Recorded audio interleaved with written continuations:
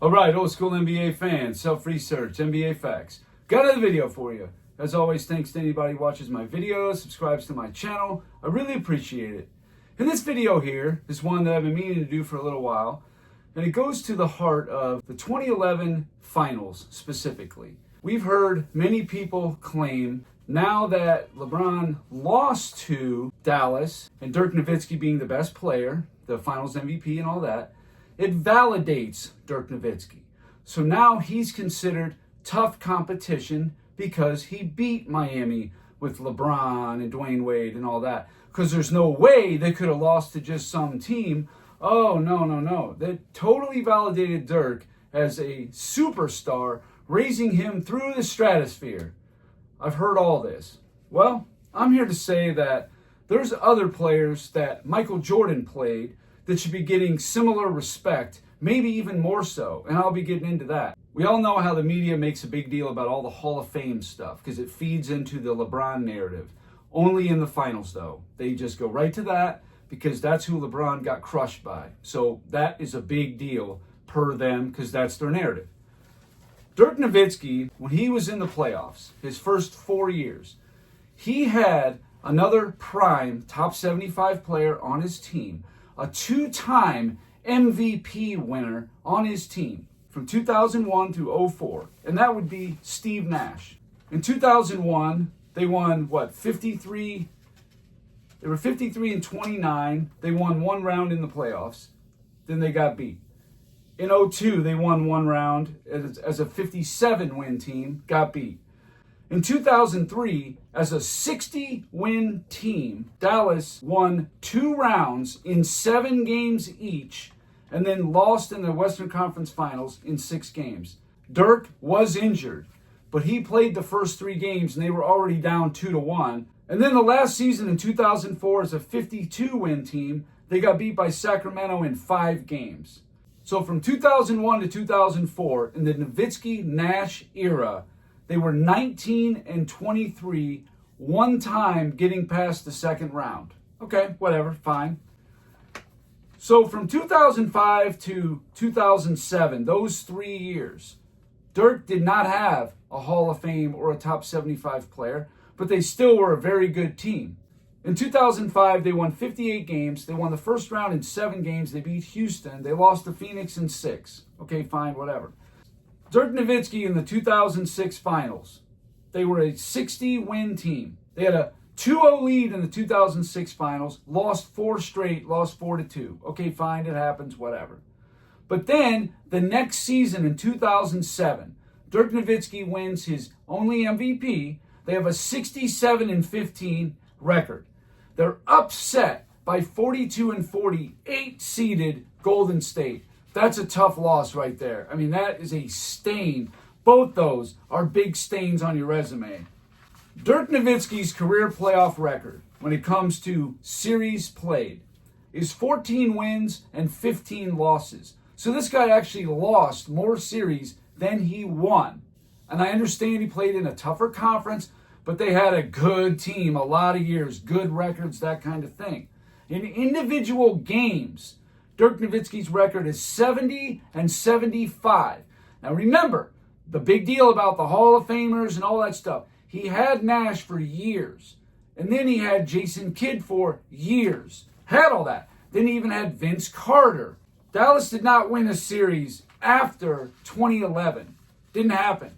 So that championship beating Miami, that was it. They were finished. Much like Kobe in 2011, when they won that series against the Lakers, Dallas did. Kobe won one more series ever again. That was in 2012, first round against New Orleans. And then he was done. So I got a player here that was maybe the main competition of Michael Jordan through the course of his career. He gets crapped on a lot.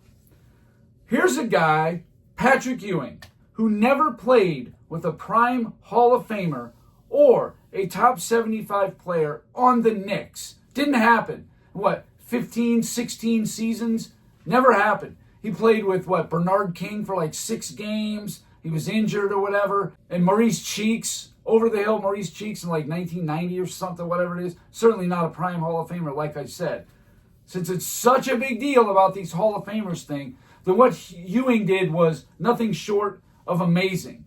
Patrick Ewing, when having a winning record, won at least one round in the playoffs every year of his career. He couldn't quite get over the hump. He got close a couple of times, but come on.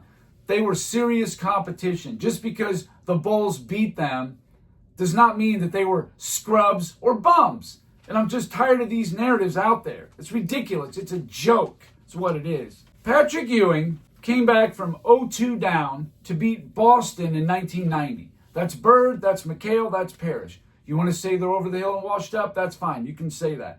But coming down 0-2 in a best of 5 and winning 3 in a row, yeah, that's kind of a big deal. But the negative is they lost in the 1993 Eastern Conference Finals 4-2 after leading 2-0. That definitely kind of neutralizes that right there. Okay, fair enough. Patrick Ewing, in his career playoff series, 16-13. That's his record. Individual games, 73-66. A winning record in the playoffs. Dirk Nowitzki didn't have a winning record in the playoffs. Losing record. And like I said, he won at least one round in the playoffs when he won 40 games or more. Not just a winning record, but 40 games. He's winning at least one round. And it would have been for his whole career, except for I think he went to Seattle and lost in the first round or something. And I got another player, too, that also is not thought of much at all. He's barely a top 75 player. This guy right here is maybe the most clutch player I've ever seen. Everybody, when they talk about, oh, he's clutch, you know, they talk about Michael Jordan, they talk about Kobe Bryant, and I'm not saying they're not clutch. Obviously they are.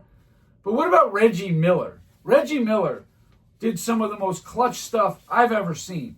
He was just great. Reggie Miller never played with a prime Hall of Famer or a top 75 player. Never in his whole career. Didn't happen.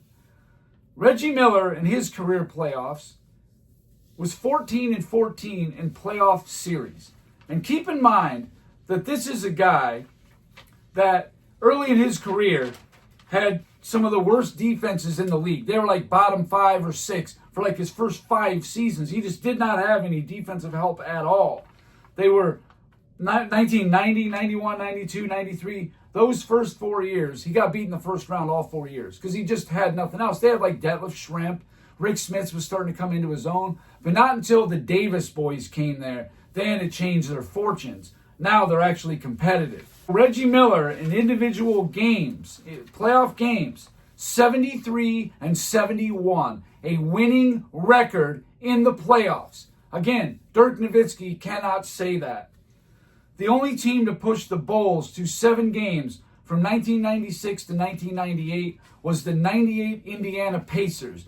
That's got to be worth something. They were in a tie game in Game 7 with 5 minutes to go, and I was extremely concerned about that game. When you compare these 3 players, who do you think, just off the top of your head, who do you think had the most 50-win teams between the 3? Here you go. Dirk Nowitzki had 11. Patrick Ewing had 7. Reggie Miller had 5. How about 55-plus win teams? Dirk Nowitzki had 7. Patrick Ewing had 4. Reggie Miller had 3. How about 60-win teams? Nowitzki had 3. Ewing had 1. Reggie Miller had 1. And I'm not here to necessarily dump on Dirk Nowitzki. This is about the media, once again, pumping something up that is just ridiculous, but want to crap on Ewing because Ewing and Miller did not beat Jordan. That means they were bad competition. One guy had a 2-0 lead. In 1992, the Knicks pushed the Bulls to 7 games. They were only a 51-win team. It was an awesome showing by the Knicks. Absolutely. In 96, the only team to beat the 72-win Bulls, even a single game, the Knicks in 96. Absolutely. They were one John Starks 3 away from winning the championship in 94 with no Hall of Famers on the team, since that's such a big deal, right? But going back to Dirk Nowitzki, I think he was a very good one-sided player. But for every time that Dirk had something like this... It's a great day. Great honor to be here.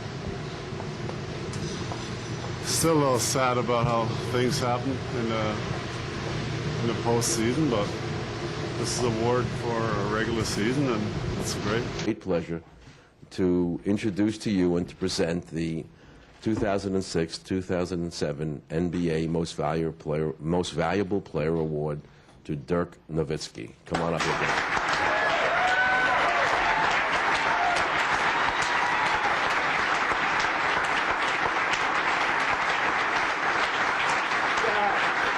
Well, then he had something like this.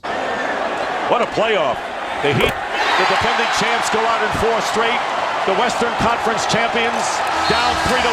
This crowd going wild. And how about this return to the playoffs for the Golden State Warriors? And when he has some moment like this, and the celebration will begin. The Dallas Mavericks are NBA champions. The first title in franchise history. Telling seasons in NBA history. A bitter finish to a year that was really championship or failure, according to most people, including the Miami Heat players. And now it's going to be a long, painful summer before they get a chance to respond. As we said, they came together here in the Eastern Conference playoffs, but it all came apart after taking a 2-1 lead in his best-of-7 series. he then has a moment like this. That's right. This is smart now. Are you going to foul? Terry puts it up. Won't go. Rebound Wade. The Miami Heat, they've done it. They win their first championship in franchise history.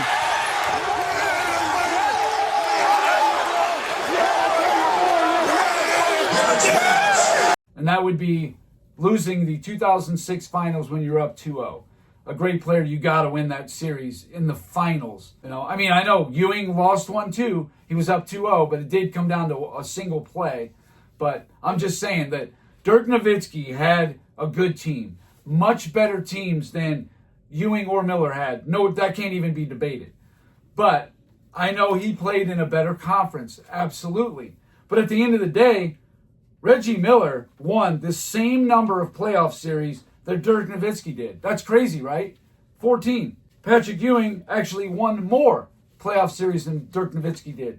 Individual games, Reggie Miller and Patrick Ewing both won more playoff games than Dirk Nowitzki did. And again, I'm not comparing, trying to make a case that Miller and Ewing were better than Nowitzki.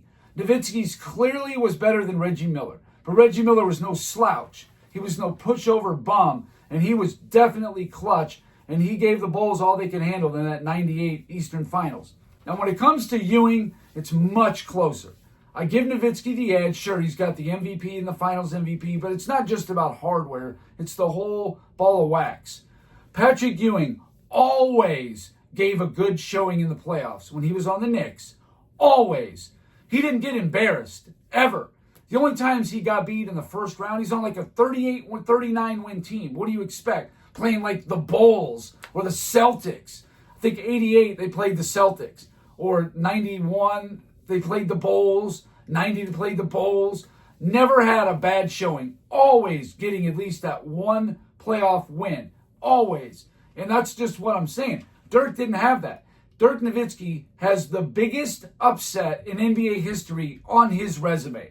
Now, I understand it's all about 2011. I get that. 2011 was a great run. But let's not forget a couple of things. Dallas was a 57-win team. Portland, I think, was, a 48-win team. So they were much better than Portland. This is back when records, home court advantage actually mattered, unlike today, which I don't know what today's about. But also, they beat the Lakers. Sure, they were a two-time defending champion. Of course, Nick Wright is going to make a big deal about that. I get it. But the Lakers only won one more playoff series after 2011. Their run was over. It was just done. They had slowed down. They were a little bit slower than the other teams. You could tell they were definitely running on fumes. Kobe had an injury. They got beat, fair and square. I'm not taking anything away from them. They swept them. I get it. They did. They were on a good run. It's absolutely a great run. No doubt about it. But they beat OKC in the conference finals. They were the 4 seed. If Dallas plays San Antonio that year, because San Antonio got upset by Memphis in the first round, who knows? They didn't have to play the number 1 seed in the conference finals. And then in the finals, and Oklahoma City was a 55-win team. Dallas was definitely better than them. They were 2 wins better, but they were just a better team anyway. But in the finals, Yeah, Miami was a 58-win team. They were only 1 win better than Dallas. So all Dallas really did was beat one team better than they were. One. And that was Miami. That's what they did. That was the accomplishment in a nutshell of that thing. Now you want to start rattling off, oh, they beat Kobe and Pau Gasol and James Harden. Like, yeah, rookie James Harden. Yeah, okay. Russell Westbrook. I'm not saying OKC was a bad team. They were a good young team, no doubt about it. Absolutely, they were. No question. In 2011, they were a good young team. But they weren't the best team in the West. And the only reason that OKC got there is because they played Memphis, the 8th seed, in the second round. Or they're not even getting to the conference finals. I'm sure San Antonio would have dusted them. They were a 63-win team, I believe, when they got beat. But I'm just saying, all comes down to this. Don't sit there and tell me that Dirk Nowitzki now is some superstar, but players like Reggie Miller and Patrick Ewing, who led teams making finals appearance, multiple conference finals appearances, without a prime Hall of Famer. The only Hall of Famer that Reggie Miller played with was Chris Mullin when he was like 34, 35 years old. That's it. That's who he played with his whole career. And Patrick Ewing, he didn't get any of that.